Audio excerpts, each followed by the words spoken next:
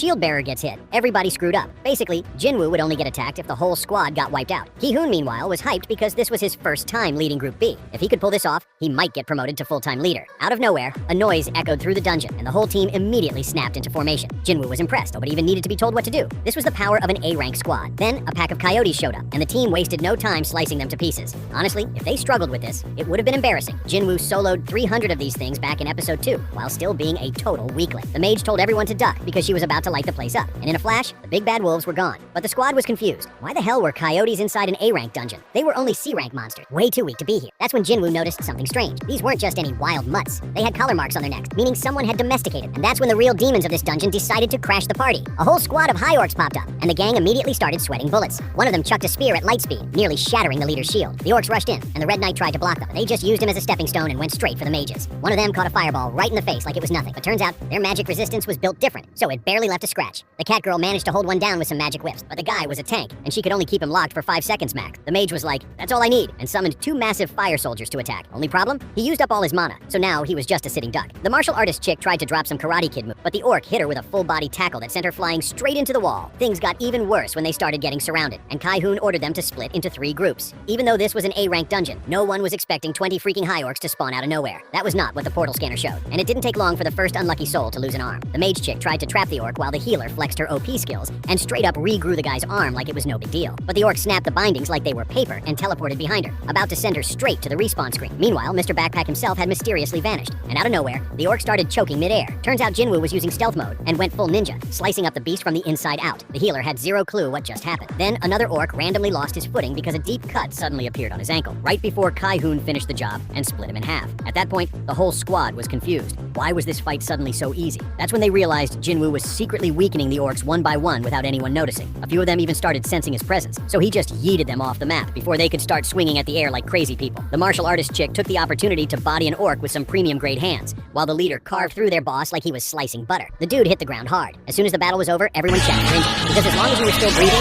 the healer could patch you up like nothing happened. The healer reported to the leader that one of the high orcs randomly started checkering out of nowhere. Who thought it was the mage chick's doing? She denied it. Her way her skills to pull off something wild. Then the mage suggested that if someone could do that, it would have to be someone outside the squad. She was the only one who figured out that Jinwoo had been using stealth mode the whole time to secretly assassinate the monsters. But since she could tell he had a reason for keeping his real power under wraps, she decided to let it slide, for now. After catching their breath, the squad started debating whether to retreat. After all, they barely survived fighting these high orcs, and who knows what else was lurking ahead. But Ki-hoon really wanted to finish the dungeon so he could get promoted to official squad lead. Jinwoo could tell the guy was dead set on completing the raid, but since he genuinely cared about his team's safety, he decided to pull back. The whole squad was sweating, thinking he was about to say, "Nah, let's keep going." Only one slight issue. When they tried heading back, a cursed barrier suddenly materialized, blocking their way out. They immediately turned to the mage chick like, "Yo, you got a spell for this?" She was like, "I can, but I'm gonna need time." The real issue. Some ridiculously strong monster had to be the one who cast this spell. So, yeah, retreating was definitely the right move, because if they had pushed forward, they would have been wiped out for sure. But when she tried to break the barrier, she immediately started coughing up strawberry jam, and the other mages looked like they were about to pass out. When they looked back, there were 60 high orcs standing there, ready to breathe down their necks like some creeps in a dark alley. And if they almost got deleted by 20, imagine 3 times that. The squad leaders locked eyes, and the biggest orc stepped up, yelling straight into Ki-hoon's face with breath so bad it could melt steel beams. Dude was talking in monster gibberish, and obviously, no one understood a thing. But then, plot twist, the boss orc must have taken some Duolingo lessons because he suddenly switched to human language. Ki-hoon asked if he was the one who put up the magic barrier, and the guy straight up flexed, "Damn right I did. I'm none other than the great and powerful orc shaman." And then he added, "And your weak little human spells ain't got nothing on mine, so don't even bother." The shaman gave them 2 options, get obliterated now or follow it. And since they weren't complete idiots, they obviously went with option 2. Ki-hoon whispered to the squad that they'd pull a surprise attack on the boss as soon as they got close enough. Even if they couldn't take him down, it should be enough to break the barrier. Then he turned to Jinwoo and told him to run for his life the second the barrier dropped, and get the real strike team over here. But Jinwoo, being Jinwoo, was like, "Yeah,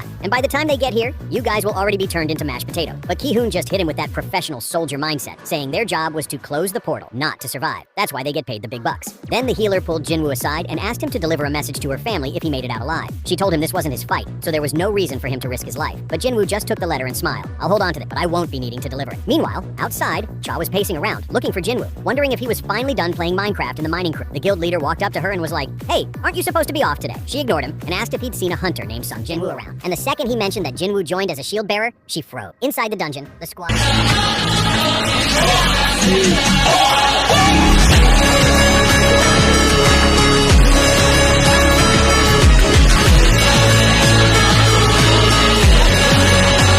Bro, I felt that. This dude is, without a doubt, the strongest boss we've seen, so are they actually gonna make it out alive? That's what we're gonna find out in the next video. So smash that